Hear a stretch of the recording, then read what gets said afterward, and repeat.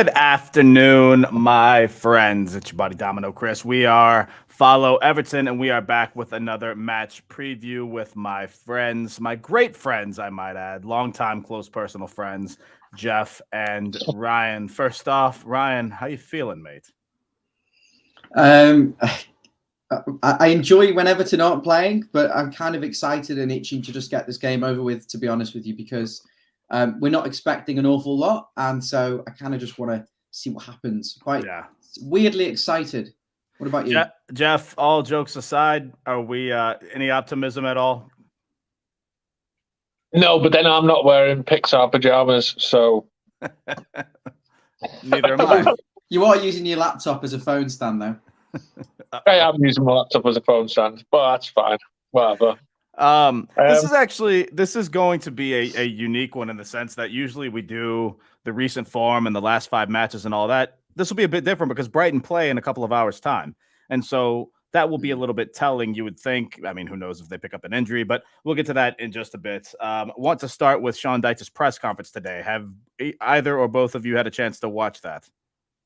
Yeah, of course I have. No, I'll tell you what I'll do. I'll recreate it for you. Okay. Blah, blah, nothing. Michael Keane is amazing. Stop asking me about DCL. That's actually spot on. Yeah. And that went on for about 20 to 25 minutes, I think, if I remember correctly. So that's kind of what I assumed would happen. So I just decided to just get on with my life instead. Go ahead, Ryan. I watch it now back. I've learned if you watch it back, you can watch it on +1.5 times. So speed, so you don't have to sit through and enjoy it. I mean, Lampard's press conferences. His voice still sound like he's chewing on gravel when he talks. If he's in slow motion, is it all like this? We're coming in hot today. My Frank Lampard was really slow and tedious with it, so I had to watch it on a 1.5 or a 1.7 times, 7.5 times speed. Sean Dyche actually speaks quite quickly, so you could watch it at normal speed and still find it relatively engaging. But just because he does repeat himself so much now, as Jeff says, you know, it comes across now like a little bit of drivel. So I watched it today on a 1.5 speed, and I was there. To be fair, I could have. It's one of those things. I could have not watched it and still known exactly what he was going to say. I've watched a lot of teams. I grew up fan of American sports, and I've seen a lot of managers come and go. I don't know if I've ever seen a manager come along with more prepared answers already. It's almost like he knows what the questions are going to be. And that's one out there for you conspiracy theorists, and that's all well and good and all that, because as I predicted, it was softball questions. Everything we predicted. It took they got through 3 Dominic Calvert-Lewin questions before we even got a sniff of Michael Keane, and then that question was, of course, immediately cut off with him going on about Michael Keane, with one particular comment being he was the best player on the pitch against Newcastle until the second goal. The best player on the pitch. A criminal is a good guy until he makes a crime, and then he's a criminal. And then he should be arrested. Uh-oh. So what's the difference? I'll say this. If there is a defense of Sean Dyche, I am not a fan of managers publicly dragging their players across the coals. And so, okay, fine. You don't want to say Michael Keane's been crap. I can get over that. But I'm not sure why we're being fed the same nonsense of he's been great, he's been this, he's been that. And when any questions is asked about the other players, you know, what can they do? Is there any consideration? Well, everyone is good, and we're just picking the best 11. No, you're not. Stop. And what can they do? Nothing. Just wait and do the same thing until we pick you. Why? Why would they wait and do the same thing? The same thing they're doing is not being picked. So why would they do the same thing? None of it made sense to me. Some people have to get a train from London to go and sit there for like an hour to wait for Sean Dyche to eventually turn up, which is never on time, to then recycle the exact same things he said for the last 2 months with small variations of the same theme. It's ultimately pointless. I can't even be bothered listening anymore, because like if Everton were exciting, interesting, or like in any way sort of made me feel happy, then I might waste the 20 minutes of my life that I could be picking lint out of my belly button to watch this utter drivel of a press conference that we repeat every however many often days. But nothing likable about him, is there really? If Everton were in any way enjoyable to be a supporter of at the current state. Hello to everyone in the comments. What's up, Richo? Good to see you, bud. Ems, thanks for joining us. Wezo, good to see you. Ems with a wildly inappropriate comment, but we'll leave that one alone. No, it actually just bring up that comment of Dave Weston. Just while we're on that topic. Yeah. Go ahead. Hang on, I'm saying hello to my friends first. Hello, Dave. Good to see you. Hello. Okay, now to Wezo. Hey up, Dave. Who's he trying to kid with these ridiculous comments? Now I don't expect. That's a lot of lint, Jeff. It is a lot of lint. Now I don't expect him to come out and actually speak the truth, but to come out and defend his lack of subs and bigging up Keane is sickening. Go. I want to see where you're going with this because I have something to add to that as well. So go ahead. Me? Ray. Yeah, Ryan. No, Ryan. You said pull it up. I thought you had a thought on that comment. Go ahead. Yeah. To be fair to you, he's recycling nonsense. I appreciate that you don't want to publicly castrate your players if you're relying on them. You know, Frank Lampard did that last season. There was only so far he could go with criticism of them if he has to rely on them. Some people respond really well to a bit of criticism, and others take it to heart and struggle with it. The one thing I will question is he doesn't have to rely on some of these players.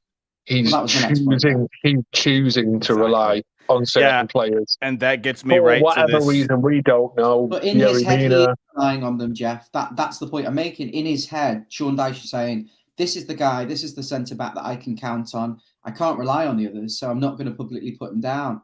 But you're right. The next point is you've got options there, and why? We don't know why are they not used? Yeah, that's the whole point. And the obvious, counter argument to that is all that's saying is you have no confidence whatsoever in the players on your bench, which gets me to this sub argument, defending the lack of subs. Now, Sean Dyche, I don't have the exact quote, but it was something along the lines of, be careful what you say because I know the stats on substitutions and they're not as good as you, something like that.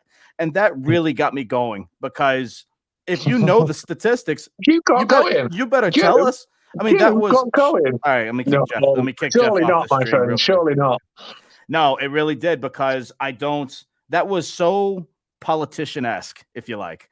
Oh, I've got the stats. No, believe me. No. This is how it is. I know people, this and that. These are the okay. What are the stats, Sean?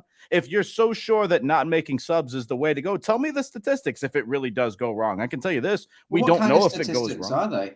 Well, I don't know. That's the thing. He threw it out there so cryptically and vague, almost in a sense of, I know more than you, and why are you questioning how dare you question my lack of subs because my statistics back it up? What statistic? What the hell are you talking about? It might be something like, how many times does a substitute score, or the starting 11 and substitutes don't score for us, so they haven't for years. But it could be something like, how many times does making 2-3 changes result in you scoring goals and turning a game over? I don't know. I really don't know what he was. My only thought behind it of what it could have been was if you make. I mean, my assumption is that he meant making a sub and that sub screwing up, or making a sub and it ruining the flow, or making a sub and conceding a goal. Ryan, take your pill.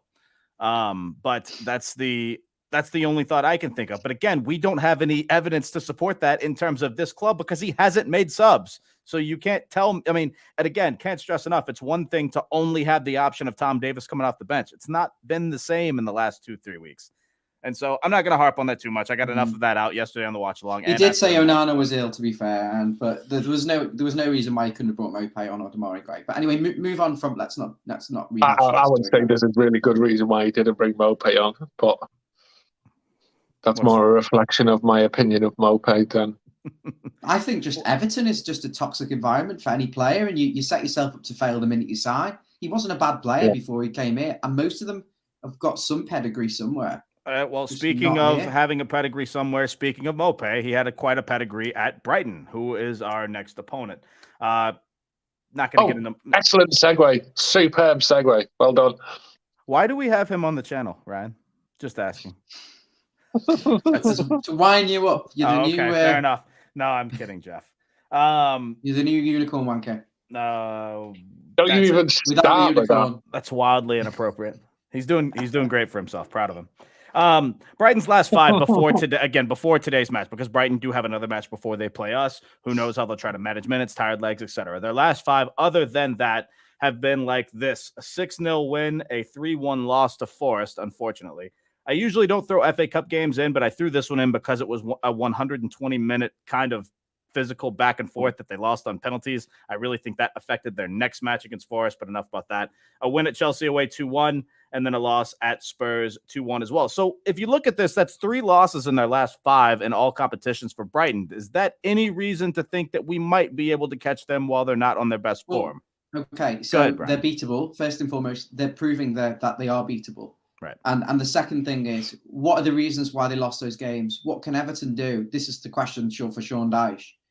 What are the reasons they lost those games? What can we do to kind of repeat the scenarios there? Were they making individual errors? I can personally attest the Spurs game was a direct result of Spurs paying a lot of money to the PGMOL. So if we can find any money to pay the officials for that, that will help against for in that respect. Yeah, I remember that. Don't know if we can find until the check comes from Miami. Yeah, we're skint, so we can't afford any bribes.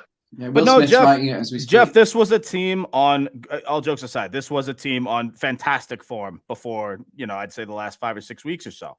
And again, now, despite what they have been in their last 5, their last one was a 6-0 win where they were managing minutes and left 3 starters on the bench. So I'm kind of going the other way on you there. A genuine answer to this question is, based on form, squad, and everything else, they're better than us. They're at home. They're favourites. They're definitely favourites. They've got a game in tonight, so maybe they'll be a little bit tired. But realistically, I don't think I think they're out of the European mix now. Yes, just the Prem. So but they have more games to play than any other team. A huge motivation for the game. They're obviously safe and nicely ensconced mid-table. So, I was at the Brighton game several months ago, and I don't leave games early. It's not something I've ever really done. But I left on after the 4th goal, which was I think 76 minutes or something like that. Were you on my dad's ticket in that game or something? I think it was, yeah. And I was I think I was at home in my car before the final whistle blew, because avoiding traffic was more important than watching any more of Everton at that point. I was just so angry because they beat us easily. And to be honest, if you look at this game, you would expect on top form with their best 11 on the pitch, they're better than us. That's just a fact. However, the any given Sunday rule applies. If we go there and we make it tough for them, we don't give away silly goals. This is one of those Ryan games where, I definitely would take a point from this game. If it was offered to me right now, I would take a 0-0. All day long. Yeah, this one makes more sense in that regard. Listen, we won 2 away games last season. One game was at the Amex at Brighton, 2-0. Yeah. It was early on in the season. I believe it was our second or third game of the season, whatever it was, very early. Rafa. Don't know. Yeah, I wasn't going to mention his name, but you did. Listen, I know that doesn't really translate. That was a long time ago. But is there anything that the players might remember about being there that might contribute to that? We played 4-4-2, if I remember rightly, with Damari Gray as well. So we had Calvert-Lewin, Richarlison, and Damari Gray, and basically we soaked up pressure from Brighton, and we hit them on the counter attack. We just punished them when they committed players forward. And this is the thing that I didn't think we did as well at Leicester until later on. I think we should have drawn Leicester on a bit more and waited for them to lose that ball in that midfield area where we've got Garner and we've got players who win the ball back, and then sprung counter attacks quickly. And I want to see us do that against Brighton. I want to see us suck them in, force them into the middle, then Onana, Garner, and Doucouré win the ball back and get forward in numbers and try and get them on the counter-attack, because I think that's something we have to do. And that's something that Benitez had us do when we did that. I think it was a penalty as well. That was the infamous game when Richarlison tried to steal the ball from Dominic Calvert-Lewin, and it was a big deal. Yeah, I think he did score it. Okay. There's only one thing that I want to just ask you personally, if that's okay. Me or Jeff? Either, I don't mind. Whoever knows the answer. Well, whoever you watched the Brighton, you did watch the Brighton game where they beat Wolves 6-0. Yes. Did you both watch that? Yes. Okay. Yeah, I watched enough of it. Yeah. Okay, Jeff, you answer this first. What did Brighton do to cause them that much trouble, and what did Wolves do to kind of end up losing that much? Because the question is, I want to lead to what do we need to do to avoid that Wolves played absolutely dreadful and collapsed. They absolutely collapsed defensively. They were just all over the place. They were missing several key players. And it was just one of those games where Brighton they just turned up and they were on a roll. And sometimes that happens where a team just clicks. Like watching very much like the Newcastle against Spurs game. You know, it was just like bang, bang, bang. Yeah, it was, but I don't think that it was an indicative performance of Brighton being any better than normal. It was totally a reflection on Wolves being absolutely awful and just not turning up and making just loads of mistakes. So. Yeah, I'm watching. I just caught a little bit of the goals back here. The first goal is just a fairly decent goal. In the first few minutes, almost looked like Wolves were asleep. The second goal is a complete counterattack where Wolves are just caught out of position. The third goal is an absolute worldie. And honestly, I think at that point, the third goal is hit on the half volley, just straight into the goalie had no chance. Point being, I think at that point, it just kind of spiraled out of control. I don't think Wolves stood off them on the third goal. Just in general, it sounds like Wolves were stood off them. If Wolves were stood off them, I'd say, on the third goal. But and then again after that, it was just like the floodgates were open because Wolves knew they weren't going to. Wolves were playing a high line, and they were trying to press, and it was a case of a bit like us against Man United. Got picked off. You know, like playing that if you're playing on the halfway line against a team that's got any pace and they've got finishing ability, bye. So it was just one of those where a perfect storm of a really poor Wolves performance and just everything that Brighton did turned to gold. You know, on another day, you know, it could have been closer if they'd have started a bit better. But it's just one of those. Sometimes shit gets away from you as a team, and Wolves they just threw in the towel really early. I've just seen something in the comments there from Peter Collins who's saying, unfortunately for us, Dyche checks his team up for a draw. Just a statistic on that. Everton have got the second most draws in the league this season, ahead of any other team, and the joint fewest wins. So we do draw a lot of games, as you can see. But I don't actually think we set up to draw. I didn't think we'd do that against Man U. I don't think we've gone into many of them and actually gone in and thought, right, I'm going to get everyone behind the ball, compact, and I'm going to try and hit you on the break and wait for your mistake. I felt like we have gone to try and press. We have gone to squeeze it. We have gone, and it hasn't really worked. And we've kind of ended up being neither good enough to win or that bad enough to lose in some of them, but obviously we've lost some of them. So I don't know whether we have. I absolutely would take a point. Absolutely would take a point. And if we can avoid what Wolves did, which is the high line, I think we'll give ourselves some of the recent ones. You know, we lost Decore because he got sent off in the Spurs game. So the Man United game, we were set up different to how we had been, and we tried something and it went sort of spectacularly wrong. Godfrey had an absolute mare, standard. Standard. So, I mean, it's a guessing game, but realistically, can you really expect, apart from Patterson coming in for Coleman, I pretty much expect the exact same 11 from the last game to start and probably play the majority of the game.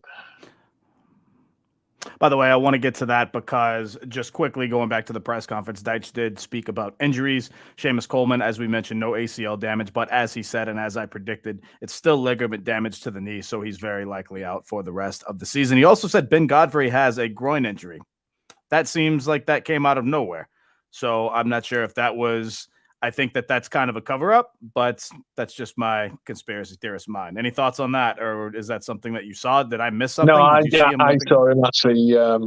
He came off earlier in the game because he was struggling. So as far as I'm he definitely aware, didn't come off as a sub against Newcastle.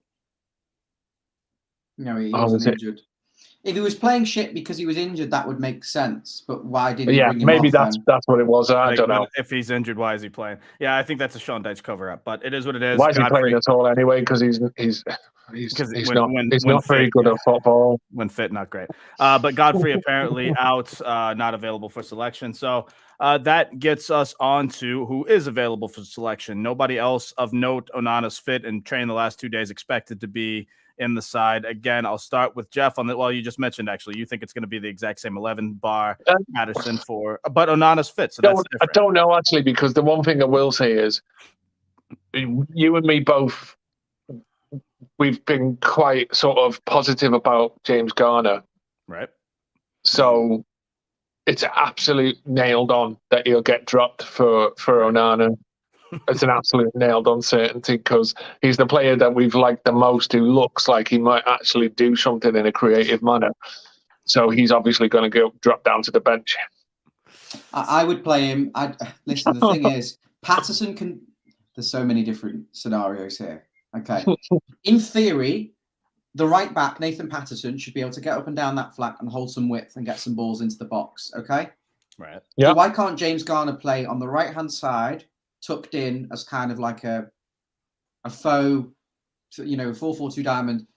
Keep that narrow the pitch and or keep him out there, because I think he doesn't give the ball away as much as Iwobi and others. I think he's just better on the ball than completely better. Most of the better mindset, better ability. Every bit about him on the ball is better. He's just better on the ball. I hate Iwobi at the minute. He's just. He did score, right? I know he did, but it was literally just an open goal. Practical tapping. Yeah, well, don't tell me about open goals, and especially don't tell Calvert-Lewin about open goals. I mean, it's one of those where, being in the right place at the right time, I'll give him some points for that. But I see people say, "Oh, statistically, he's our most creative player," and all this, and it's like. It's awful on the ball. It gives the ball away so much, and he's responsible for so many goals that we've conceded. That the few things he does right every now and then, occasionally, doesn't make up for the fact that he's out of position, he's slow, he's hard to sleep sometimes, and just the ripe old age of 20. He's the older Iwobi because he's on the right. He's playing and looking like he did when we first got him for the first 3 seasons. Yeah. Basically that. Yeah. Couldn't cross, couldn't beat a man, no pace. The crosses are quite stocky. The crosses are so painful. Pathetic. I can hit a ball so better painful to watch. No, I don't. I can cross the ball better than him. He doesn't whip them. He doesn't get them into decent areas. I feel frustrated because obviously got some mobility. I think in a tiki-taka sort of team where he could just link up, play 1-2s and all that, I think he'd be brilliant. I think Alex Iwobi. We don't do that. We don't do that here.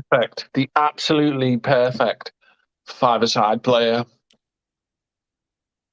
Yeah, over short distances and with little quick feet, he'd be brilliant. He'd probably play well for Arsenal still as one of their 3 midfielders. I think he'd fit in fine. It's here where we've got no one else who can do anything. That is kind of like he'd be a legend in walking football. Ryan, formation and player selection. What do you have? There's no point. I mean, I think Sean Dyche is going to stick with the same team, apart from Garner and Onana are going to be swapped and Patterson in at right back. What I would like to see possibly, you've got to find a way to get James Garner in the team. Now, just going back very briefly before I answer this question, you talked about Alex Iwobi being the most creative player. Well, statistically, Idrissa Gana Gueye is in the top 3 for tackles and interceptions in the league. And if you ask pretty much any Evertonian what we think of him this season, I think they'd give you a 4-letter word. So this is the sort of scenario where how much do statistics actually play and how much is the eye important? What's the old adage? Lies, damn lies, and statistics. Well, that same statistical analysis website that I also saw had Alex Iwobi by far and away with the most chances created in the Premier League this season. Out of any player? Any player. Yeah. Wow. by far and away. How good are these chances? Are they as good as the ones you get in Monopoly? I think what you might it was not including the top 6.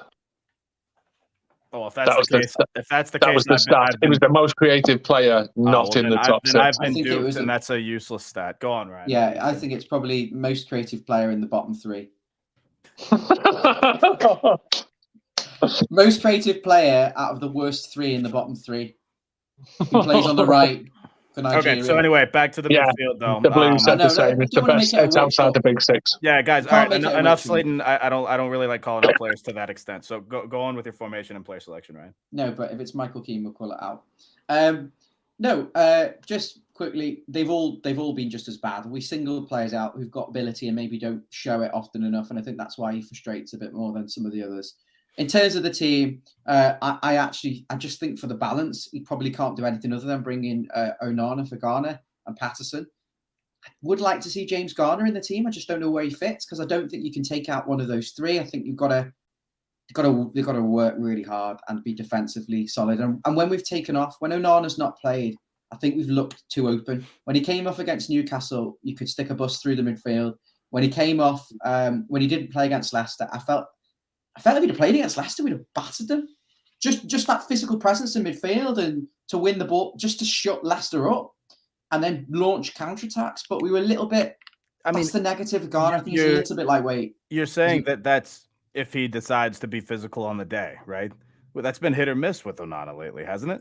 You don't know what you're going to get with him. Yeah, because that's just a mixed bag. I don't know. Well, that's up to the manager. Why is he not working out what makes him tick?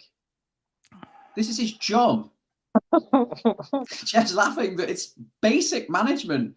I'd literally say. No, I'm just laughing because it's one of those where I'm just biting my tongue from not saying the same thing I say all the time, which is. Go on, Chris. Hang on. I've got it. Give me one. There it is.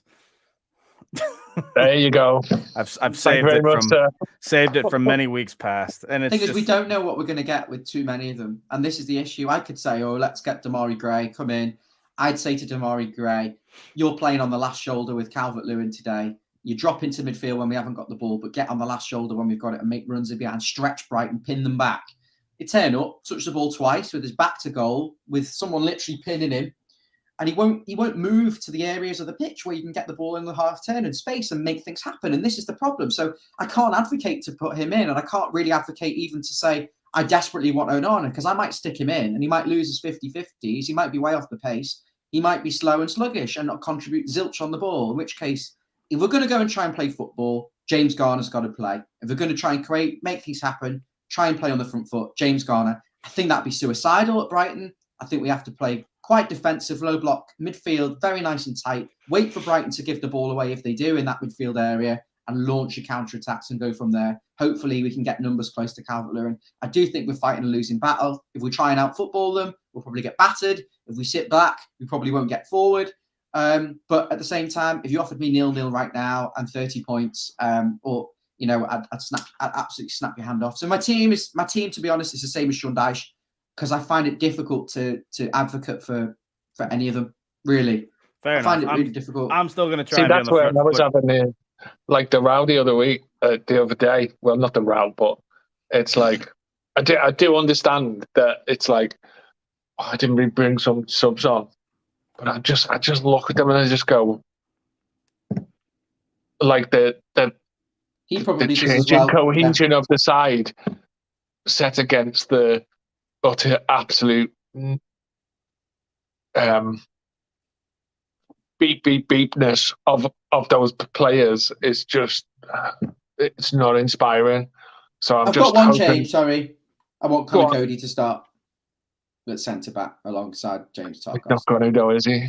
No. So it's pointless me saying it, but you're asking what I want. No, that's your team. Absolutely. I want my lineup has Mina in it because that's what I want. I want to actually see him play. If not Mina, then Cody. I don't want to see Michael Keane anywhere near the pitch this weekend. Michael Keane has given away 2 penalties. We've conceded 20 goals since he's been back in the team. He's given away 2 personal penalties, and there's been countless errors and mistakes and things. And I just don't understand. I think Sean Dyche just likes the players he knows, and he goes with the ones he knows and trusts. But actually, It's going to be to his detriment. If we get relegated, I want him out. I don't care. It's going to be to all our honest. detriment. Get rid of him. We'll need an actual footballing style manager if we go down to play our way out the championship. I don't think we can go and be one of We the changed the name of the channel. I'm just can we call it the Don't Follow Everton channel? That's certainly whatever you do. Don't follow Everton fan channel. Here's the stat: coach's voice just literally like popped up on my phone. Brighton under Roberto De Zerbi are leading the way in Europe's top 5 league when it comes to attacking stats. They have the highest expected goals in any team in the top 5 European leagues, more than Man City, Dortmund, Real Madrid, and Newcastle. So I don't know if the fitness is there. It's going to be a piece of piss this game, then, isn't it? Yeah, they could easily win 6-0 again. But the fitness is the basic thing that we need to do is run. If we run and stop them taking the absolute piss, and we fall on the floor and get injuries, fake injuries. We take ages over the throw-ins. We boil piss over the goal kicks. We do everything we can to slow the game down, to disrupt Brighton's passing rhythm. We'll give ourselves a very good chance. We have to play horrible. I hate everything you just said, and I don't want any part of that. But we have to play Trevor, horrible. I don't want Rooney back. I want Schumacher. There's too many different topics going. Yeah, Jeff, I'll get to the comments, sir. But no, I hate horrible for them. Make it horrible for Brighton. Let's not. All these teams, they must be. The reason they're probably getting it is because they can pass it, and there's no one getting close enough to them. We have to run and run and run and run, and be prepared to fight and fight for a point. Listen, Sean Dyche has been saying for weeks, Chris, this is a must-win game. Every game's a must-win. Must win. Must win. It's one of his buzzwords with noise. I've not seen he hasn't. He hasn't. He's been avoiding the must-win topic. Oh no, he said it's a cup final. Avoiding it. No, he actually said every game since I've got here has been a must-win. That was his words. I don't think that's what he's said. It's every a sort of standard, like we have to try and win every kind of game. Yeah. But we're not like we've been trying to win some of them. I think if you look at the positives, so let's try and be positive, because we don't want to manically depress all our viewers. So DCL scoring, even if it was only a penalty, it was a well taken penalty. He also was starting to look like he was getting about the pitch more. He was holding up the ball more. He was definitely looking fitter than he has in a while. And so if he's actually starting and playing games, we've got someone who can hold the ball up and a potential goal threat. So that's a positive.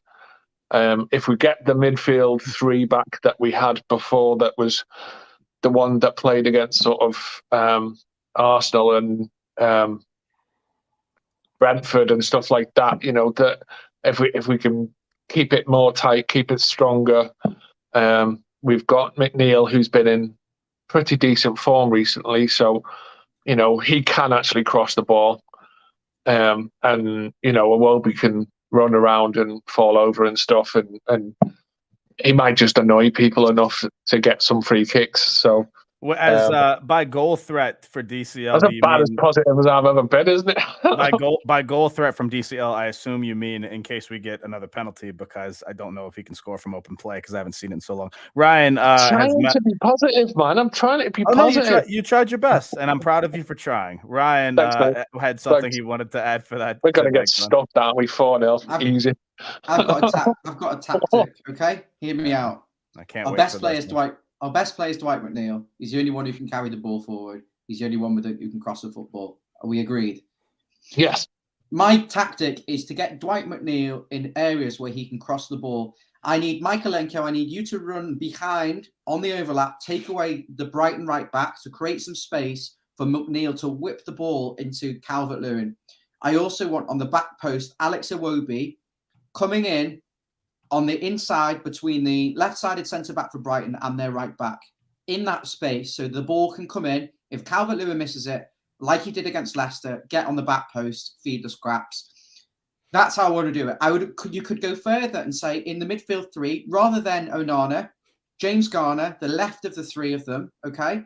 pull into that left flank along with McNeil to help slip him in or get him in positions, and also to allow James Garner to cut in on his right foot off the left and play that same cross. So you've got the left foot of McNeil, the right foot of James Garner, and a bit of interchange between the two. Hang on a minute. Whoa. I've got to stop you there, mate. I've got to stop you there. I'm coming up with something. It's more than Sean's done. No, sorry. It's just it was hurting my brain there because that almost sounded like tactics and a plan, and we don't do that. We don't do that, Evan. That Not sounded at this like club. a plan. We don't. It sounded like a plan, and it sounded like you had an idea what you were doing. We don't do this at Everton, so I've got to stop you there, my friend. If you haven't already, get too many good I ideas. also want Decore in there. I want Decore running in as that extra man. So I've got 3 players in the box: Calvert-Lewin, Decore, Iwobi. I've got everyone trying to suffocate them. But the idea, let's get crosses into the box. Good crosses, not this fluffy sort of hands in the the one thing you will say. The one thing you have to say, and that is fair enough, I have to go in a minute, by the way. They're not the best defensive team in the league. They do concede goals. They are get-atable. That is the sort of get-atable. A new word created right here on Follow Everton. Yeah, they are get-atable. Yeah.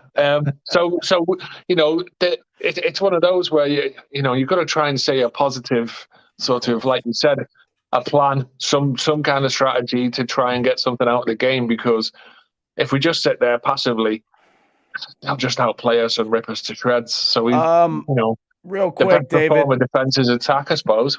David's asked, anyone going to be watching the Brighton game? I will be doing a watch along here in about 90 minutes time for Brighton and Man United. Behind the couch in fear of like their amazing football, probably. Do you want them to win or lose? I want it to be 0-0 because I have 3 players on both teams in fantasy, so 4 of them are defenders. So I would, if 0-0, I will be top the league. I want them to win about 3 or 4-0 because generally, like, if you win a big game like that, there's always a letdown in the following game. Yeah. Whereas if you get beat, if they lose, they'll be more motivated to put that right. Whereas if they win nice, comfy tonight, have a few beers on the way home. No, I want loss. I want some doubt. I want some self-belief doubt. I want some doubt. I want them to fall on the backsides because it'll firmly put them out of the race for the top 6 and Europe. And I think it definitely won't do that. Sorry, I don't mean to go against you there, but I have the table up and it's not against him. It's fine. No. I'm just saying they have all to play for. 3 games in hand on the 3 ahead of them, and they're on 52 points. So flipping out, they've got 7 games left. They are. Why aren't we on 31 points?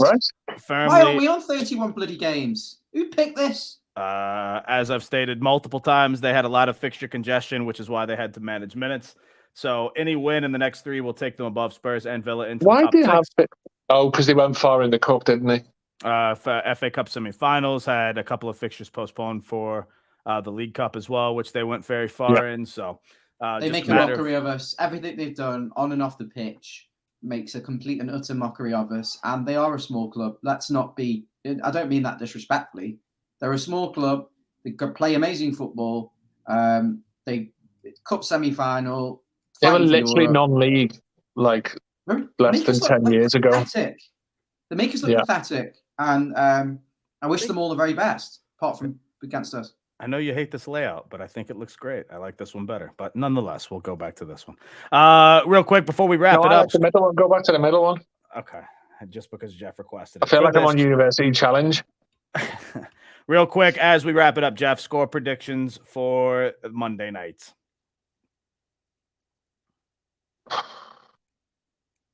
A very optimistic 1-1. Okay. Ryan, what do you think? 2-2. That's all we do. 2-2 or we get bummed. Chris, what is our tactic to win? Chris, what is our tactic? Goals than Brighton. No, please. Come on, you must have some idea. Sneak a 12th man on and hope that no one notices. That would be my tactic. No, I don't have a tactic to win. I want us to go for it. I'm tired of this nonsense of wasting time and faking injuries and trying to. Well, we've not done that. No, hang on. Yes, we've done that plenty of times. We tried that at Anfield last season before Liverpool scored 2 in the second half. We tried that whole nonsense. Yeah, but Liverpool then were a miles better than Brighton now. That's not Well, yeah, actually, They won every single match. No. Hang on. No. They won every match. I'm not just talking. You're not letting me finish. If you want to ask me a question, hear me out. We did that against multiple teams last season. The Liverpool one is just the one that I remember because I was there, and so I remember that one right off the top of my head. Everton have done this for a while. We always try, Pickford can take extra time doing whatever he does. I'm tired of not taking the attack to the other team. If you claim to have good players, let them be good players. Try a 4-4-2 with Sims and Calvert-Lewin up top like I actually have here, which we'll never see from Sean Dyche. But why not actually try something when you're trying to quote-unquote must win and go for the game? He won't do it. I understand that. It'll be a boring 4-5-1 with the Wilby on the right, the same three midfielders in the middle. James Garner will not start. Jeff said it perfectly. Garner's actually doing things we want him to do, so of course he's not going to start. He's not going to break up Decore, Onana, and Ghana if all are fully fit, even though I think Decore or Onana, or even Ghana for that matter, could be dropped. I would not drop Ghana, but it is what it is. Michael Keane will start. Let me come in on that. What I've suggested, my tactic plays to the strengths of the players you've got. A player with a left foot who wants to cross it in, people who can head a ball, and Decore with his late runs, okay? And doesn't expect a lot of Mikolenko other than to take players away. We don't have good players. We can't sit here and go and try out play football with Brighton. We've done things like that before. We will get absolutely battered. That's why on this occasion, I never advocated that against Leicester. I won't advocate it against Wolves, and I won't advocate it against Bournemouth. But in this occasion, against a very good Brighton team, we need to disrupt them. If we let them get in their flow and pass tiki-taka around us the whole game, they'll eventually score. They'll pick holes and they will score, and they will make a complete mockery of the idiot we have at centre-half, Michael Keane. That's why in this specific match, I'm saying we actually do probably need to kick the shit out of them, make it horrible for them. And the way to do that is literally like a classic away performance. Hold our ground. What Newcastle did to us, we were better than Newcastle for 40 minutes. Telling me correct, Samuel. Stay into the game. Don't agree with Ryan, Samuel. We were not better than Newcastle. 40 minutes. We were not better for 40 minutes. That's wrong. They didn't do anything, Newcastle. Neither did we. We had the ball. Okay, great. For a fair amount of that time, we didn't do anything with the ball. Okay. The point I'm making is we have to stay. Put the tagline up again. Put the tagline up again, Chris. Go ahead. I will in a second. Go ahead, Ryan. We have to stay in the game. Just not very good. Yeah, I get what you're saying. I think that there is validity to it. I just view there. Maybe it's. Would more anyone play 4-4-2? It's more of hopeful optimism. No, I want us to give it a shot with the right players. Now that we actually have Calvert-Lewin with another player that could go up top with him, that could possibly get another body on that guy. Whether it's Gray, Mope, Sims would be my pick. But no matter who it is, somebody to actually account for. Whereas Calvert-Lewin can open up and make some of these runs. I don't think it works like that, though. If you've got Sims who doesn't move, and then if Brighton have got all the ball and they're just passing around, and when have you seen Sims in a 4-4-2 with an actual goal score? No, but I'm saying based on his characteristics, he's not particularly quick. And when he has played in any of the systems, he's not really a pressing striker. I don't think he has to be quick. He just has to be occupied. He has. But if we haven't got the ball, Chris, with respect, if we haven't got the ball, it's a completely redundant argument. They'll. What I would say is I would like. I mean, it's never going to happen in a million years. But if we were going to play the usual 4-3-3, and we had DCL more moving out to the right hand side and Sims in the middle, I could live with that. Drop Iwobi because I hate him. I just find him annoying to watch. I think he's played more of a 4-2-3-1 recently. I think we've played with two number 10s. I think we've lost all the width. I mean, in the last few games, part of the problem.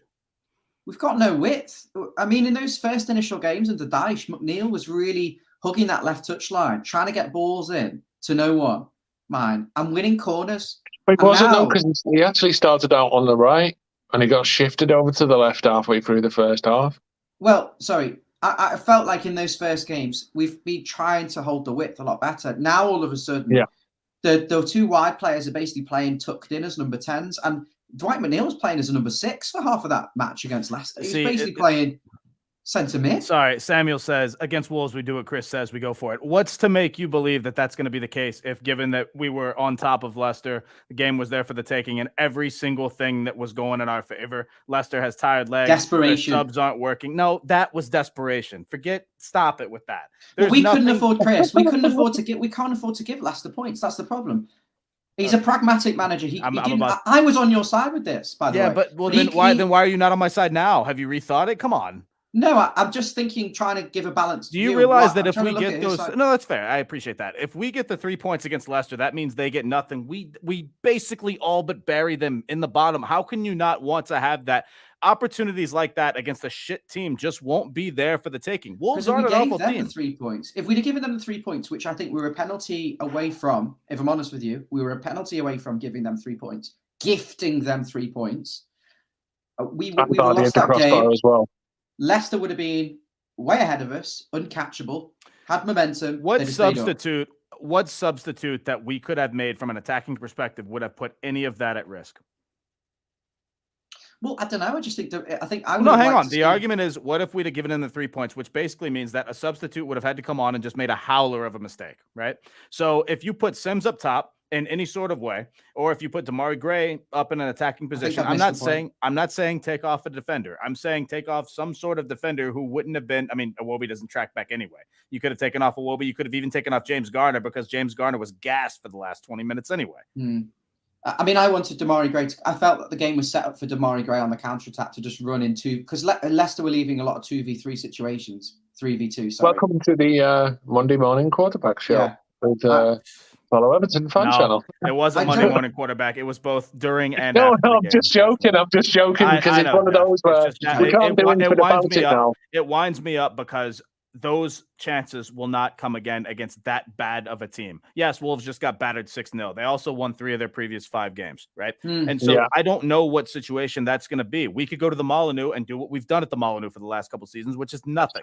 One of those so frustrating sides. It's like we went to City and got a draw. Like how I literally don't know how that's even possible against that seed, because Haaland played, so it wasn't like it was a lightweight Man City side. So did Ben Godfrey, of all people. Jeff, no, exactly. So it's one of those things where I think Everton are a side where if we turn up and play as best as we can possibly do and run around like a bunch of loonies, we can maybe get some results, but we're also a team that can literally get hammered, and like you can't. Jeff, watch that. You can't rely on any of these players to be consistently, regularly performing at a certain level, and that's the whole problem. Is that we can sit there and have the debate about what ifs and like if we could try this and we could try this, but any of these kind of theoretical conversations are all based upon one salient fact, is that can you rely on the options that you've got performing to the level that they should on any given Sunday? And the answer is no, because sometimes they turn up, sometimes they don't, and it's literally like sometimes I get out of bed and I feel my age. Sometimes I get out of bed and I feel like I did 10 years ago. And I don't know what it's going to be like on each given day that I wake up. Sometimes it's rough, sometimes it's not. And that's Everton Football Club, and it shouldn't be, because Everton Football Club are all athletes, they're all training, they're all practiced, and they should give a set level of 6 or 7 out of 10 every single game. And then it should be from there. Some players perform above their level and some just perform at an average level. And over the course of the season, you'd see a consistent, decent team. But we've got a gang of shitbags who phone it in sometimes, who you just can't rely on to perform in week to week on any given Sunday, because sometimes they're just so bad. And that, to me, is the only point I need in favor of subs, because you never know when the players would turn up, and they did against Leicester, and I feel like they were let down by the manager. We're going to wrap it up on that, because we have to, we just have to wrap it up. Fucking Toffees. There you go. Leave it on that great cliffhanger. Chris is going to be I'm still going for a 1-1 though.